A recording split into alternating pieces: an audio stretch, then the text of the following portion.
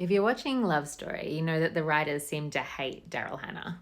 Hannah herself wrote an opinion piece in the New York Times basically saying half the shit that happens in the show is lies, and that didn't happen. As a writer and dramaturg, I'm not so concerned with whether the facts are 100% true, because you can never really get that, but it's more whether the dynamic and the relationships have an essence of truth to them. So if I was working on this show, these are the notes I'd give the writers. Start with what's working really well. And in this, it's John and Caroline's relationship, and those initial scenes between them are very charming. They're both hot, and you can see that John can talk to her in a way that he can't with anyone else in his life. And the other tension that's working quite well with Daryl's character, a sense that this might be a rebellion for him to go with her.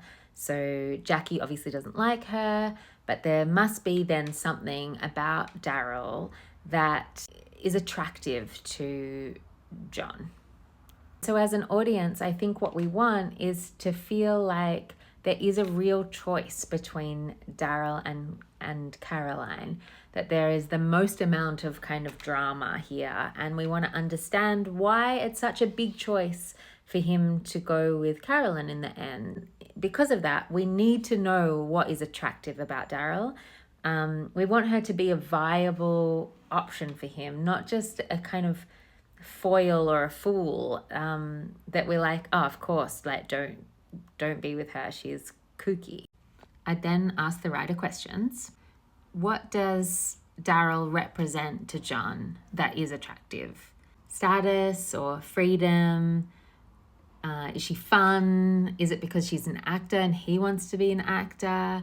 Is it that she pisses off Jackie and he likes that?